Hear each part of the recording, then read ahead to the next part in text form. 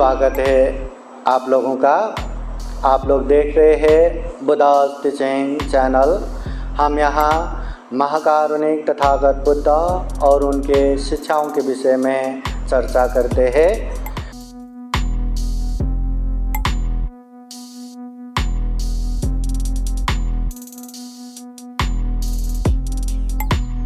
समन्ता चक्रवालेषु अत्रा गच्छन्तु देवता सततं मुनिराजस्य शृण्वन्तु सद्गमुखदं धम्मश्रवणकालो अयं वदन्ता धम्मश्रवणकालो अयं वदन्ता धम्मश्रवणकालो अयं वदन्ता। नमो तस्सै भगवतो अरहतो सम्मा सम्बुद्दस्सै। नमो तस्सै भगवतो अरहतो सम्मा सम्बुद्दस्सै। नमो तस्सै भगवतो अरहतो सम्मा सम्बुद्दस्सै। सर्वप्रथम महाकारुणिक तथागत भगवान बुद्ध को त्रिवार वंदना। महाकारुणिक तथागत बुद्ध द्वारा देशित सुआख्यात धम्म को त्रिवार वंदना। महाकारुणिक तथागत बुद्ध के आर्य श्रावक संघ को त्रिवार वंदना। परम पूजनीय बोधिसत्व डॉक्टर बाबा साहब अम्बेडकर आज विशेष रूप से नागबोधि बुद्ध विहार में उपस्थित पूजनीय भिक्षु संघ, श्रद्धा संपन्न, बुद्धि संपन्न उपासक उपासिकाएं। महाकारुणिक तथागत बुद्ध कहते हैं कालेन धम्म श्रवणं एतं मंगलमुत्तमं। समय समय पर धम्म देशना सुनना मंगल है। कालेन धम्म साकच्छा ये तम मंगलमुत्तमं। समय समय पर धम्म की चर्चा करना ये मंगल है। विशेषतः महाकारुणिक तथागत बुद्ध कहते हैं धम्म देशना सुनने से अश्रुतं सुनाति, कभी न सुना हुआ अच्छे अच्छे उपदेश सुनने को मिलेगा।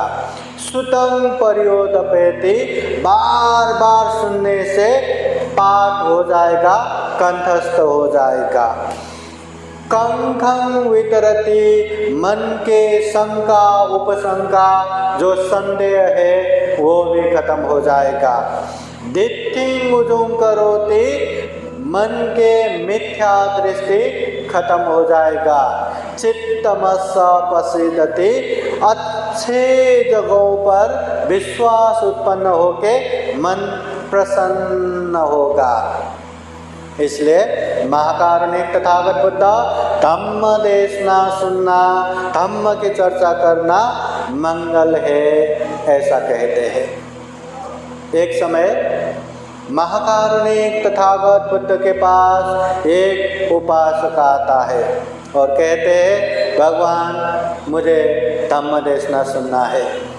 उस समय महाकारुणिक तथागत बुद्ध ने वो उपासक को देखते हैं और कहते हैं अभी नहीं, बाद में सुनाऊंगा। वो उपासक वहाँ से चला जाता है और फिर बाद में आके बुद्ध को कहते हैं भगवान मुझे धम्म देशना सुनना है। उस समय भी तथागत बुद्ध वो उपासक को देखते हैं और कहते हैं आज नहीं, कल सुनाऊंगा। फिर वो कल भी आता है, बार बार आता है, पर हर बार तथागत बुद्ध अभी नहीं, बाद में, आज नहीं, कल ऐसा ही कहते हैं। तो वो उपासक कहते हैं भगवान मुझे धम्म देशना सुनना है, आप क्यों धम्म देशना नहीं सुना रहे? फिर तथागत बुद्ध वो उपासक को समझाते हैं। तथागत बुद्ध के समझाने का तरीका भी अलग अलग है। कभी कभी सीधे सीधे समझाते हैं, कभी कभी अनेक व्याख्या करके समझाते हैं, कभी कभी अनेक उदाहरण के साथ, कहानियों के साथ समझाते हैं, कभी कभी वो व्यक्ति को ही प्रति प्रश्न करके समझाते हैं। उस समय तथागत बुद्ध ने वो उपासक को समझाने के लिए क्या कहते हैं? उपासक ऐसा करो कि पानी से भरा हुआ 2 गिलास लेके आओ। वो उपासक हाँ ठीक है, इतना तो मैं तुरंत लाऊंगा करके 2 गिलास पानी लाते हैं। फिर तथागत बुद्ध कहते हैं उपासक अब ऐसा करो कि जो भरा हुआ गिलास है उसमें दूसरा पानी भी डाल दो। भरे हुए गिलास में दूसरा पानी डाला तो क्या होगा? क्या होगा? हाँ क्या होगा? क्या होगा? भरे हुए गिलास में दूसरा पानी भी डालेंगे तो क्या होगा? वो सारा का सारा गिर जाएगा, उसका कोई भी काम नहीं आएगा। तो उपासक कहते भगवान ये तो पहले ही भरा हुआ है, इसमें और क्या डालूं? और डालेंगे तो भी ये थोड़ी ना उसमें रह जाएगा, सब के सब गिर जाएगा। तो उस समय शांत, इधर उधर क्या देख रहे, सब लोग शांति से धम्म देशना सुनना चाहिए। ये तो प्रारंभ है, अभी से मन चंचल होने लगेंगे तो मध्य रात में क्या सुनेंगे? खराटे मार के बैठेंगे क्या? जो जहाँ जैसा व्यवस्था होता है वो बैठेंगे और पीछे पीछे वाले सब व्यवस्था करेंगे, मगर सामने वाले शांति से धम्म देशना सुनना है। ठीक है? हाँ बोलिए साधु साधु साधु। हाँ अभी हम क्या बोल रहे थे? हाँ तो भरे हुए गिलास में दूसरा पानी भी डालेंगे तो वो तो गिर जाएगा, कोई काम का नहीं रह जाएगा। फिर तथागत बुद्ध वो उपासक को कहते हैं उपासक मैं भी तो यही समझा रहा हूँ, जिस तरह भरे हुए गिलास में दूसरा पानी डालेंगे तो सब के सब गिर जाएगा, सब के सब व्यर्थ में चला जाएगा, वैसे ही धम्म देशना सुनने वाले उपासक उपासिकाएं भी धम्म लेने के मनस्थिति में होना चाहिए, तब जाके धम्म देशना सुन पाएंगे, तब जाके धम्म देशना समझ पाएंगे, तब जाके धम्म देशना ग्रहण कर पाएंगे।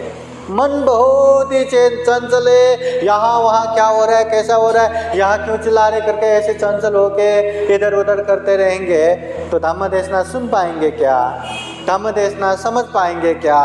या कुछ भी धम्म देशना ले पाएंगे क्या? नहीं ना।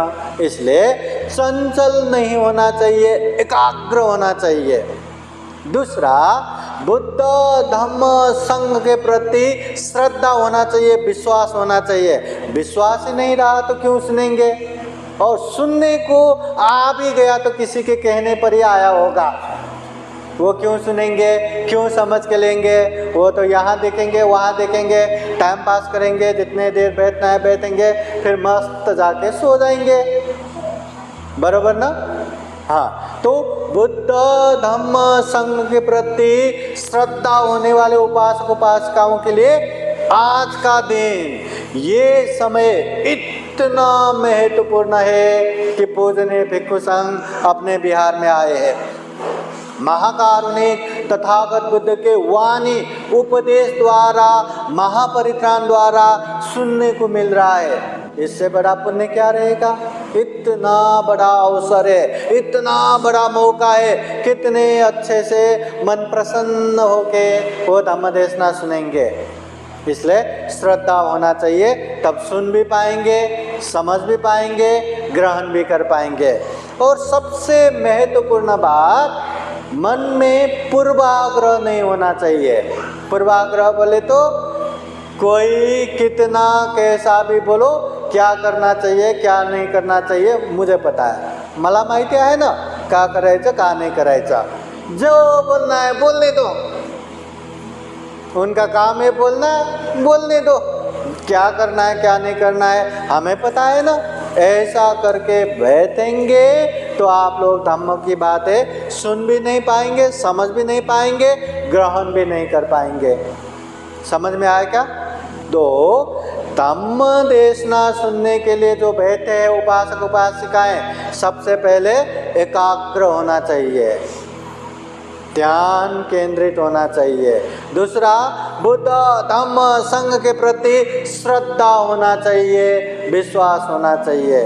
तीसरा, पूर्वाग्रह नहीं होना चाहिए, मन में पहले से ही भरा हुआ नहीं रहना चाहिए।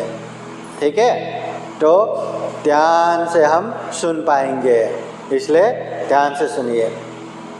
एक समय महाकारुणिक तथागत बुद्ध के पास एक उपासक आता है और बुद्ध से पूछते हैं, भगवान आप इतना अच्छा उपदेश देते हैं, दुख और दुख मुक्ति का उपदेश देते हैं, और सुनने वाले उपासक उपासिकाएं भी इतने ध्यान देके इतने अच्छे से सुनते हैं, तो भगवान आपके यहाँ जो भी धम्म देशना सुनने को आते हैं सब के सब दुख मुक्त हो गए होंगे, सब निर्वाण प्राप्त हो गए होंगे। उस समय तथागत बुद्ध कहते हैं, उपासक ऐसा तो नहीं है, सबके सब दुख मुक्त नहीं हुआ है। तो वो उपासक आश्चर्य प्रकट करते हैं, भगवान आश्चर्य है, आप जैसा धम्म देशना देने वाले स्वयं तथागत बुद्ध हो, जो दुख और दुख मुक्ति की बातें इतने अच्छे से समझाते हैं और सुनने वाले भी इतने ध्यान देके वो धम्म की बातें सुनते हैं, फिर भी वो लोग दुख मुक्त नहीं हुए, ऐसा भी होगा क्या?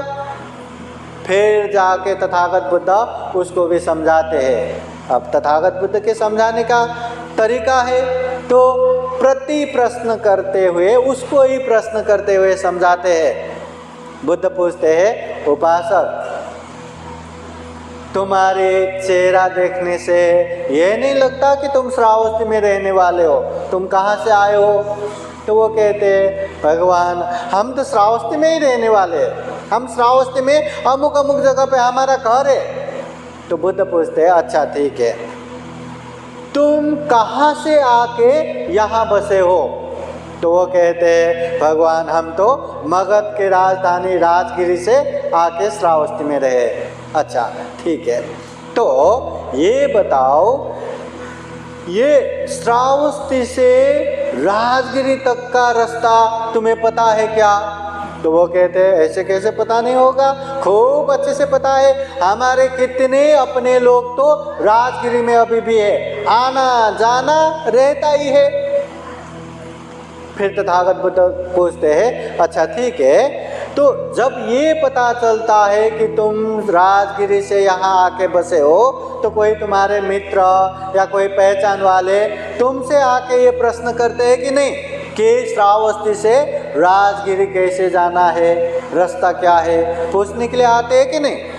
तो वो कहते हैं, ऐसा कैसे नहीं आएगा, बहुत सारे लोग आते। तो तुम बताते हो क्या? बहुत अच्छे से बताता हूँ, यहाँ से ऐसे जाएंगे, ऐसा गांव आएगा, ऐसे तालाब आएगा, ऐसे पेड़ आएगा, ऐसा जंगल आएगा, यहाँ से ऐसे मोड़ना है, वैसा मोड़ना है। श्रावस्ती से राजगिरी तक पहुँचने का मार्ग में बहुत अच्छे से बताता हूँ। फिर तथागत बुद्ध पूछते हैं, अच्छा तो जितने लोगों ने आपसे ये पूछा कि श्रावस्ती से राजगिरी जाने का मार्ग कैसा है, तो वो सारे लोग राजगिरी पहुंच गए क्या? सारे लोग राजगिरी पहुंच गए क्या? तो उपासक कहते हैं, भगवान ऐसे कैसे पहुंचेगा, केवल पूछने मात्र से राजगिरी थोड़ी ना पहुंचेगा। जिस तरह मैंने रास्ता बताया है उसी तरह वो लोग चलेंगे, और जब तक नहीं पहुंचेंगे तब तक वो लोग चलते रहेंगे, तब वो लोग राजगिरी पहुंच सकता है। केवल रास्ता सुनने मात्र से, केवल रास्ता जानने मात्र से राजगिरी नहीं पहुंच सकता। फिर तथागत बुद्ध कहते हैं, उपासक ऐसा ही तो है, ऐसा ही तो है। मैं दुख और दुख मुक्ति की बातें खूब अच्छे से समझाता हूँ, खूब अच्छे से बताता हूँ। लोगों के प्रति अनुकंपा रख के, मैत्री भावना रख के, देखो ये दुख है, ये दुख मुक्ति है, मैं इस मार्ग पे चला हूँ, मैं दुख मुक्त हुआ हूँ, कि आप लोग चलेंगे तो आप लोग भी दुख मुक्त हो सकते। ऐसे अच्छे से मैं बताता हूँ, पर सुनने वाले ध्यान से सुनेंगे, ध्यान से समझ के लेंगे, मगर पालन नहीं करेंगे तो कैसे दुख मुक्त होगा। केवल रास्ता जानने से, केवल रास्ता मालूम पड़ने से थोड़ी ना वो जगह पहुँच पाएंगे। तथागत बुद्ध अच्छे से समझाते हैं। इसका मतलब क्या है पता है?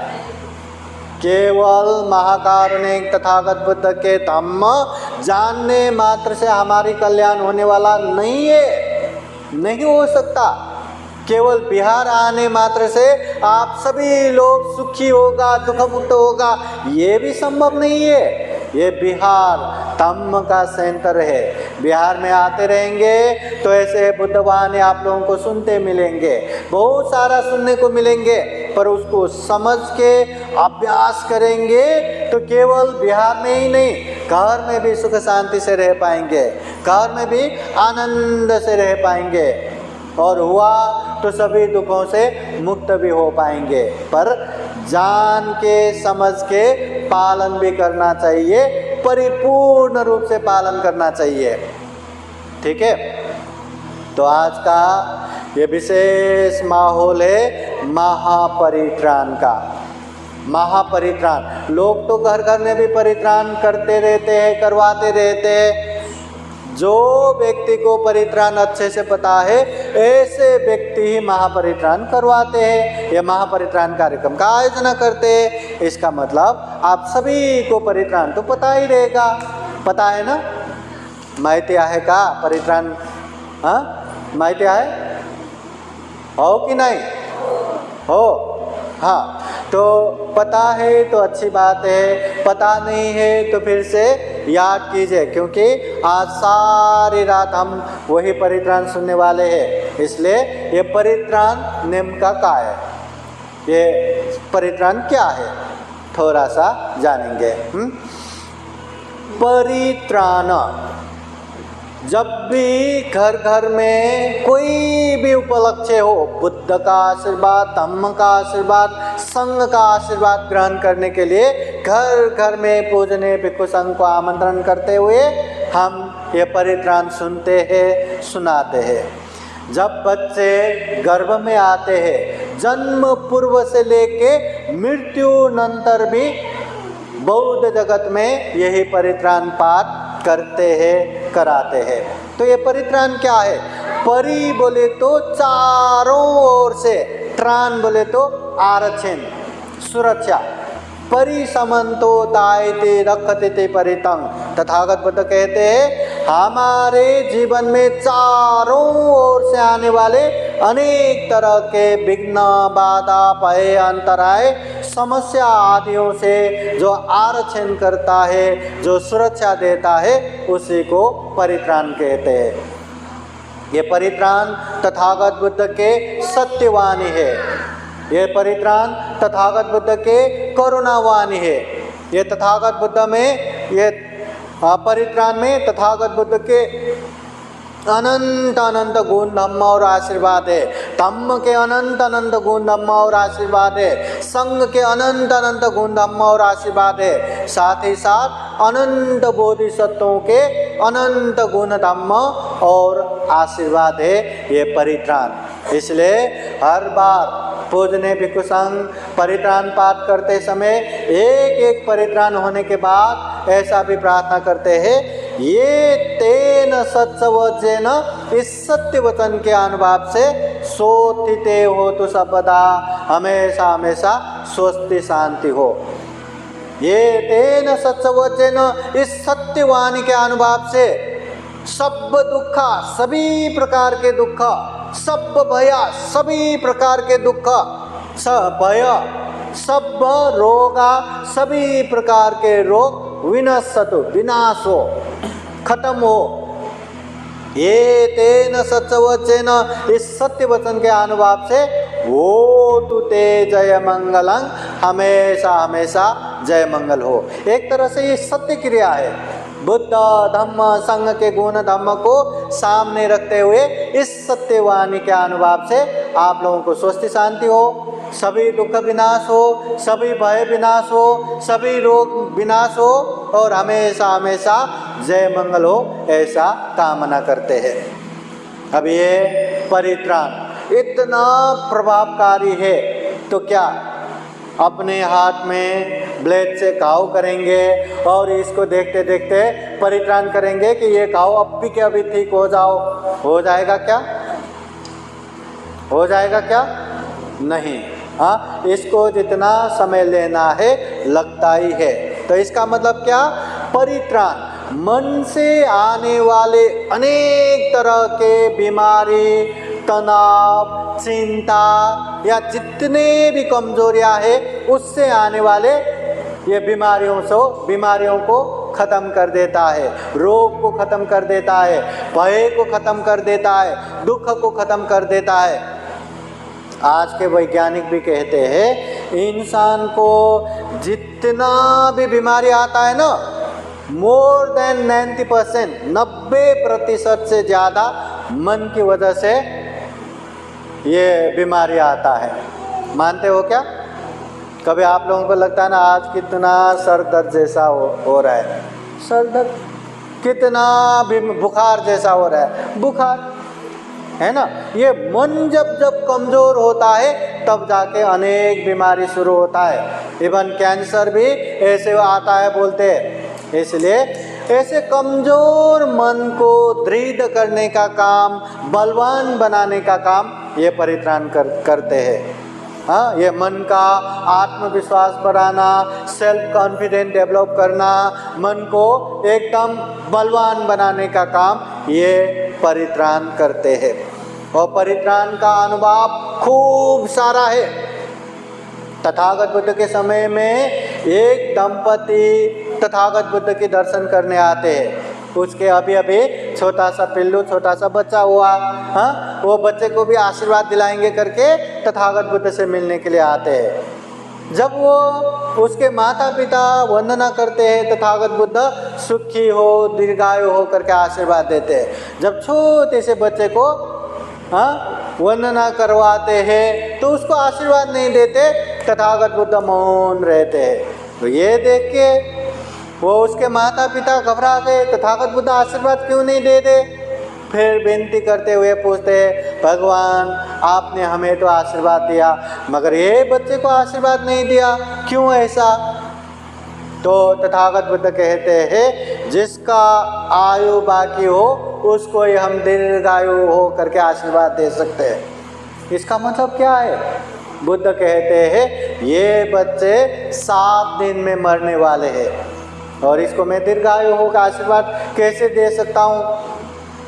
तो ये सुन के कितने समय के बाद एक बच्चा हुआ, वो भी 7 दिन में मरने वाले हैं और वो भी तथागत बुद्ध कह रहे, तो कितना परेशान हुआ रहेगा, कितना तकलीफ हुआ रहेगा। फिर दोनों हाथ जोड़ते हुए तथागत बुद्ध से पूछते हैं, भगवान कुछ तो उपाय होगा कि हम क्या करें कि ये बच्चे का ये संकट टल जाए। तो तथागत बुद्ध ध्यान करते हुए देख के बताते हैं कि अगर ये बच्चे को मंडप बना के बीच में रख के चारों ओर से पूजने भिक्षु संघ को रख के 7 दिन 7 रात तक महापरित्राण पाठ करवाएंगे तो ये विघ्न टल जाएगा। तो माता पिता भी खुश हुआ, अच्छा मेरे बच्चे में आने वाले ये संकट टल सकता है, बहुत प्रसन्न हुआ और ऐसा ही करेंगे करके पूजने भिक्षु संघ को आमंत्रण देते हुए 7 दिन 7 रात तक वहाँ महापरित्राण पाठ करवाया। आप लोगों को पता है जब ये बुद्धवाणी धम्म देशना होता है या जो बुद्धवाणी परित्राण पाठ होता है, ये धम्म देशना, ये परित्राण सुनने वाले इतना ही नहीं देता, हमारे आँखों से जो नहीं देख सकते ऐसे प्रभावशाली देवी देवता भी आके ऐसे परित्राण सुनने को आते हैं। तो उस समय भी वो बच्चे को बीच में रख के पूजने भिक्षु संघ ने महापरित्राण पाठ शुरू किया। तो महापरित्राण सुनने के लिए एकदम प्रभावशाली देवी देवता वहाँ आने लगा। तो उसके प्रभाव से जिसका प्रभाव कम नहीं हो तो दूर दूर दूर दूर दूर दूर होता गया। और वास्तव में एक यक्ष को 100 साल तक अपने राजा की सेवा करने के बाद उसको एक बच्चा खाने का वरदान मिला था, और वो बच्चा वही था। 7 दिन में उसको खाना है, नहीं तो उसको फिर से 100 साल के लिए सेवा में जाना है। इसलिए परित्राण करते समय वहाँ प्रभावशाली देवी देवता वहाँ आ गए, तो वो दूर दूर तक भी नज़दीक तक नहीं जा पाए, वो तो बहुत दूर दूर हो गया। और वो इंतज़ार करता रहा, मगर 7 दिन 7 रात तक महापरित्राण चलता रहा, तो वो नज़दीक जा ही नहीं पाया। और 7 दिन बीत गया, वो वापस गया। 7 दिन में मरने वाला वो बच्चा बुद्ध के समय में 120 साल तक जिंदा रहा, और उसको आयुवर्धन कुमार करके भी नाम आया है। ये धम्मपद अथ कथा ग्रंथ में ये कहानी मिलता है। मतलब परित्राण का इतना ज़्यादा प्रभाव है, तो इतना ज़्यादा प्रभाव है, अगर परित्राण हमारे इतनी ज़्यादा सुरक्षा करता है, इतनी बड़ी आरक्षण देता है, तो एक बात, क्या ये परित्राण सबके आरक्षण करता है? क्या सबकी सुरक्षा करता है? क्या सबको प्रभावकारी होता है? क्या होता होगा? जब राजा मिलिंद नागसेन बनते को पूछते हैं मिलिंद प्रश्न ग्रंथ में, तो नागसेन बनते जो अर्हत हो चुके थे, तो वो भिक्षु कहते हैं, महाराज ये परित्राण सबकी आरक्षण नहीं करते, सबको सुरक्षा नहीं देते। तो राजा आश्चर्य, इतना बड़ा इतना अच्छा ये बुद्धवाणी है, तो सबकी आरक्षण क्यों नहीं करते? करना चाहिए ना, क्यों नहीं करते? तो उस समय औरत भिक्षु नागसेन उनको पूछते हैं, महाराज क्या भोजन सबका उपकार करते हैं? सबको अच्छा करते हैं? भोजन करते हैं ना? सब्बे सत्ता आहार अतिथि का, जितने भी प्राणी है सारे प्राणी आहार में निर्भर है। ये भोजन या खाना खाएंगे तो जिंदा रह पाएंगे, अन्यथा मर जाएंगे सारे प्राणी। फिर भी ये खाना ये भोजन सबके लिए उपकारक होता है क्या? तो राजा मिलिंद कहते हैं, बनते सबके लिए उपकारक नहीं होता। क्यों नहीं होता? तो राजा मिलिंद कहते हैं, जो व्यक्ति ज़्यादा खाना खाते हैं, कभी कभी रहता है ना, बहुत अच्छा मिला करके इतना खाना खाना था, मगर उसके दुगना तिगुना खाएंगे तो क्या होगा? रात भर उसको गुड़गुड़ गुड़गुड़ कितना तकलीफ होगा। और आप लोगों को पता है, दुनिया में जितने लोग भूखे से मरता है ना, उससे कई ज़्यादा खाने से मरता है। तो जो व्यक्ति मात्रा से ज़्यादा खाते हैं, उन लोगों को ये भोजन उपकारक नहीं होता। और दूसरा, जो व्यक्ति वो भोजन को पचाने की क्षमता नहीं है, मतलब वो हजम नहीं कर पा रहे, तो ऐसे व्यक्ति के लिए भी वो भोजन उपकारक नहीं होता। तो औरत भिक्षु नागसेन समझाते हैं, जिस तरह भोजन भी सबके लिए उपकारक नहीं होता, उसी तरह ये परित्राण भी सबके लिए उपकारक नहीं है। तो उपकारक किसके लिए है? किसको प्रभावशाली रहता है ये परित्राण? माइट है का पता है? ये परित्राण का प्रभाव 2 तरफ से लगता है। कितने तरफ से? 2 तरफ। वो कहाँ, कौन कौन सा 2 तरफ है? कौन कौन सा 2 तरफ है?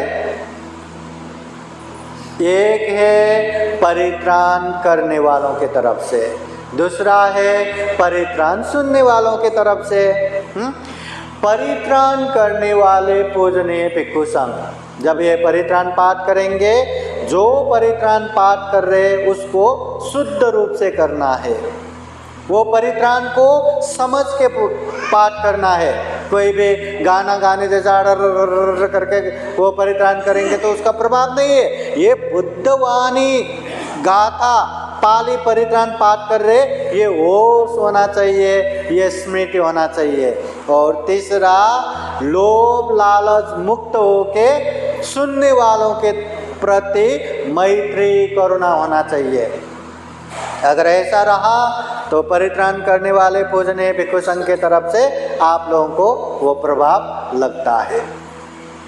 और दूसरा, परित्राण सुनने वाले आप लोगों की तरफ से कैसे ये परित्राण का प्रभाव लगता है? सबसे पहले परित्राण श्रद्धा पूर्वक सुनना है, बुद्ध धम्म संघ के प्रति विश्वास होना है। हाँ, ऐसे बुद्धवाणी हम सुन रहे हैं, मन से दृढ़ विश्वास होना चाहिए, पहला। दूसरा, मिथ्या दृष्टि नहीं होना चाहिए, अंधविश्वास नहीं होना चाहिए। यहाँ बहुत सारे लोगों को लगता होगा कि ये जो महापरित्राण कर रहे हैं, ये वर्षावास समापन में करना चाहिए था, कर लिया, बोला था, कर लिया, एक कर्म कांड की तरह शायद ऐसे बहुत सारे लोगों को लग रहा होगा।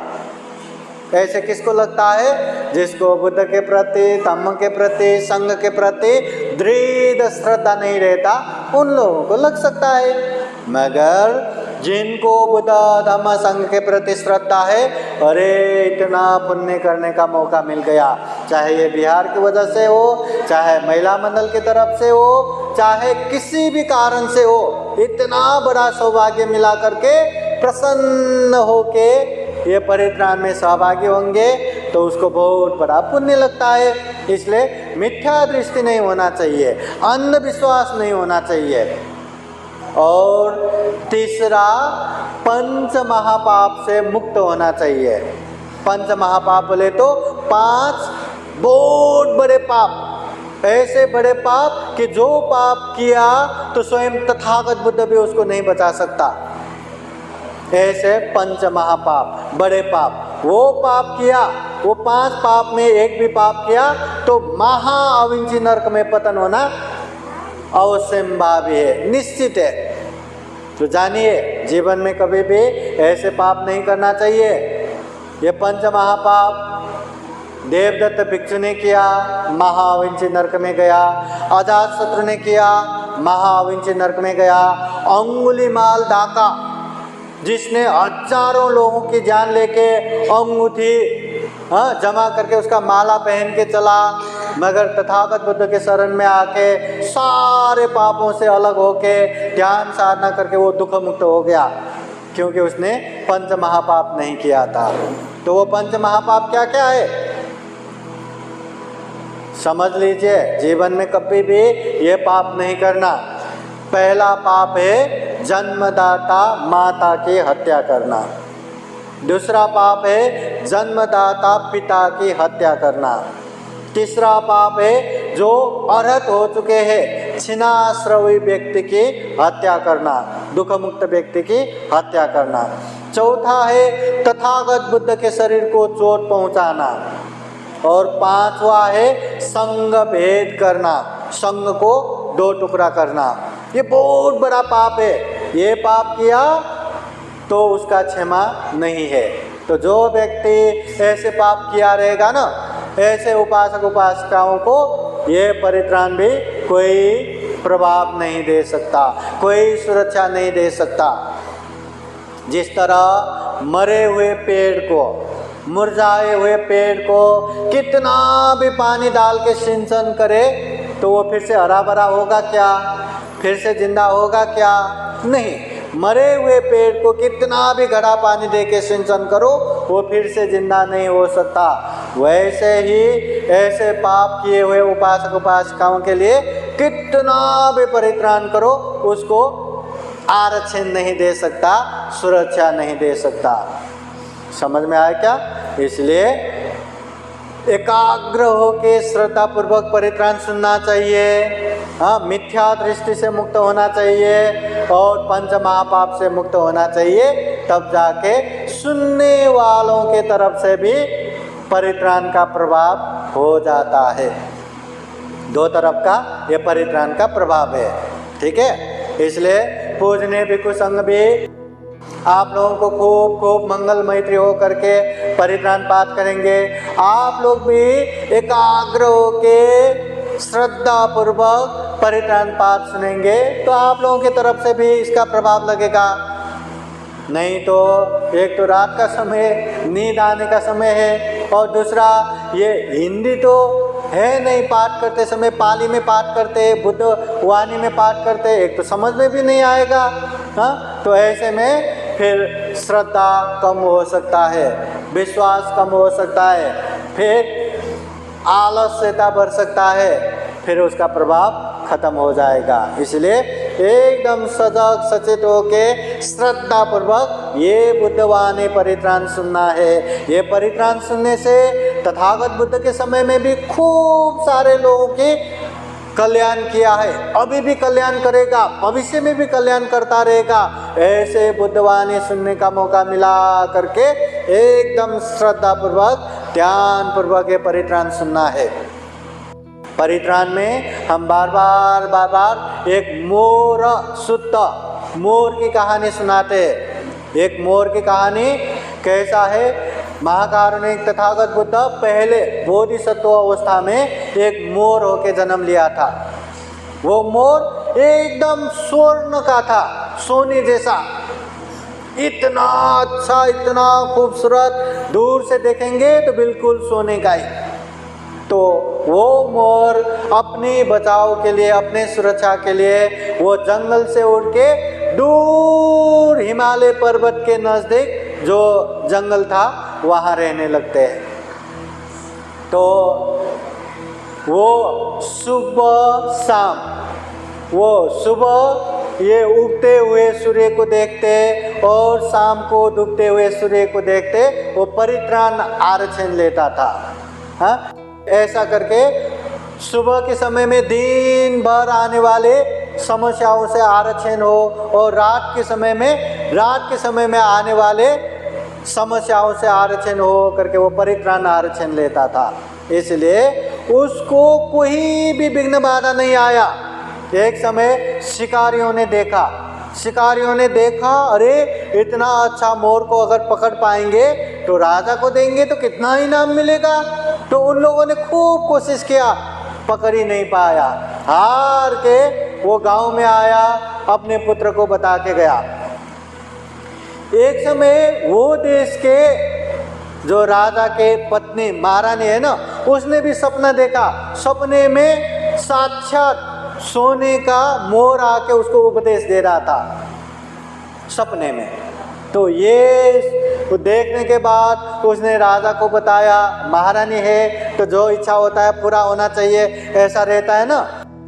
तो वो महारानी ने राजा को बताया, मैंने सपने में ऐसा देखा, अभी मुझे सोने का ये मोर चाहिए कि मैं उससे उपदेश सुनना चाहता हूँ।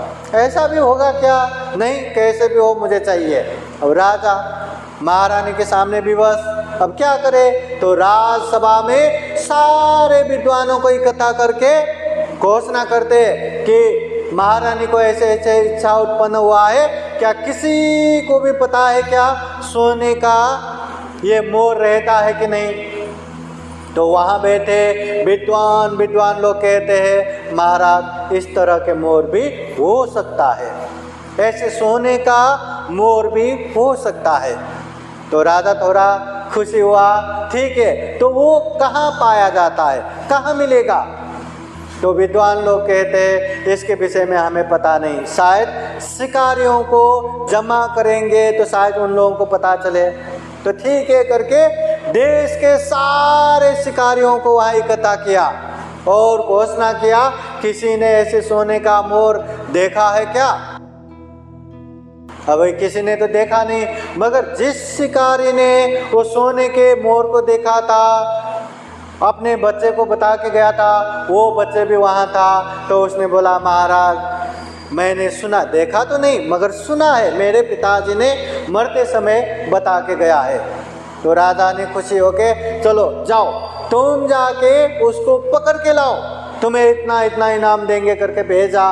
वो गया मोर को पकड़ने के लिए, जाल बिछाया, अनेक प्रयत्न किया पर पकड़ ही नहीं पाया। जहाँ जहाँ मोर गुजरते वहाँ वहाँ वो जाल रख ही नहीं पाते, और जहाँ जहाँ मोर नहीं जाते वहाँ वहाँ ही जाल बिछाते परित्राण के प्रभाव से।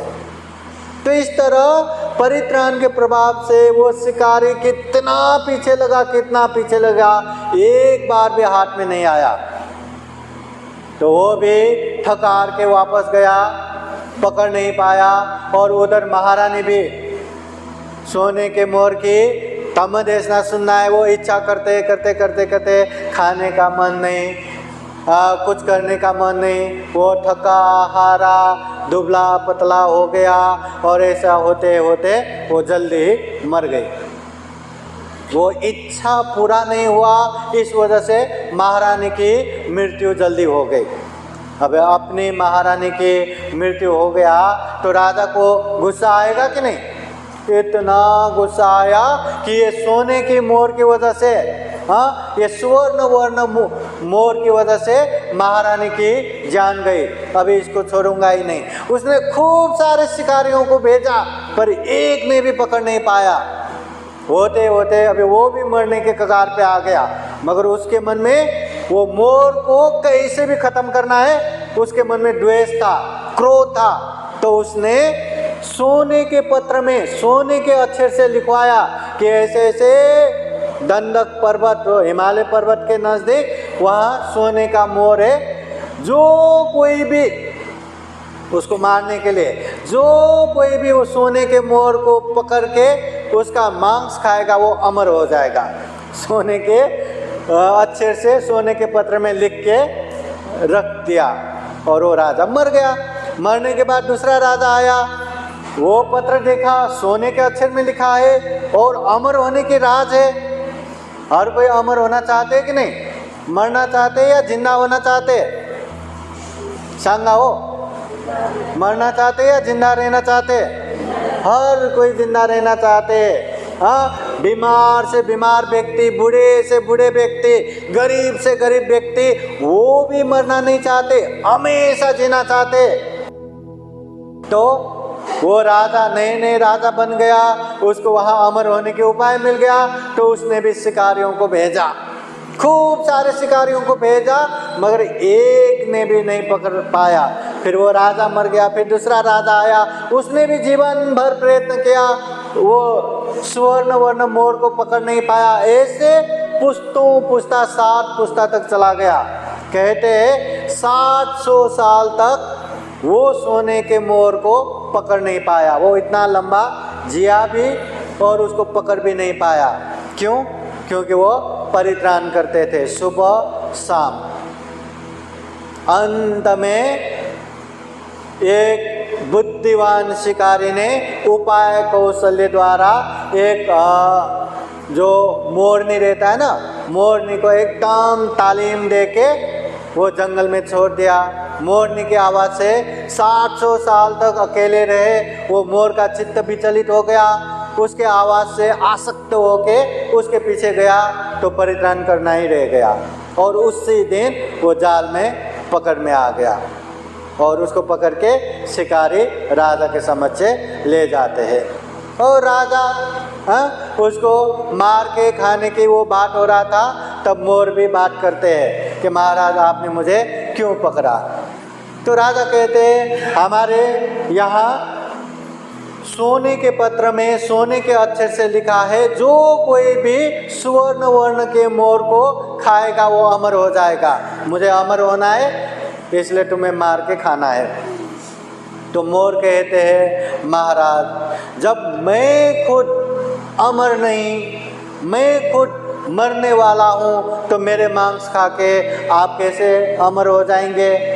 ऐसा भी होगा क्या? तो अच्छे से समझा बुझाते हैं, फिर राजा ने भी समझ के उसको छोड़ देता है। मतलब ये मोरा 700 साल तक उसके पीछे नियमित रूप से शिकारी लोग पढ़ते रहे, पर एक ने भी नहीं पकड़ पाया, एक भी मुसीबत उसके आगे नहीं आ पाया, ये परित्राण के प्रभाव से। इसलिए ये परित्राण का प्रभाव बहुत सारा है। और परित्राण बोले तो एक ही सूत्र नहीं रहता, अलग अलग सूत्र रहता है।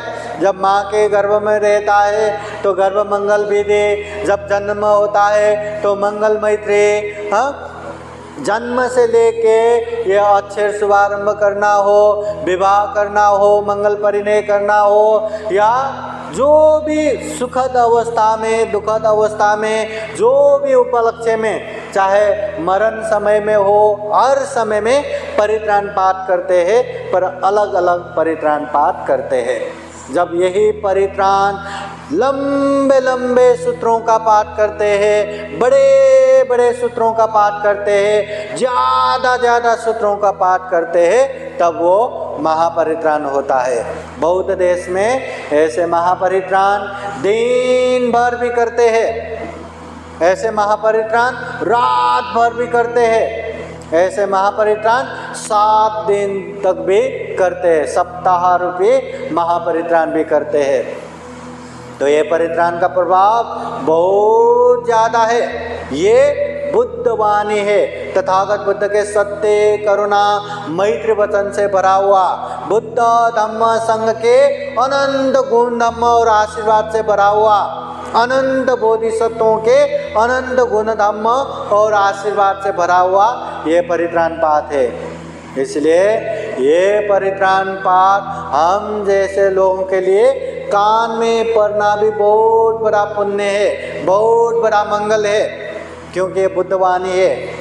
अगर ये परित्राण को अच्छे से समझ के व्यवहार में पालन करेंगे, आचरण में अभ्यास करेंगे, तो सभी दुखों से मुक्त निर्वाण भी प्राप्त कर सकते हैं। ऐसे परित्राण, ये परित्राण का अनुभव से खूब सुख हो, शांति हो, मंगल हो, कल्याण हो, बुद्ध का आशीर्वाद, धम्म का आशीर्वाद, संघ का आशीर्वाद हमेशा हमेशा आप लोगों के जीवन में रहे, और जीवन में खूब सारा पुण्य धम्म करते हुए सभी दुखों से मुक्त निर्वाण तक साक्षात्कार कर पाए, ऐसी कामना करते हुए ये पहला धम्म देशना यही समापन करते हैं। सबका मंगल हो, सबका कल्याण हो, भवतु सब मंगलम।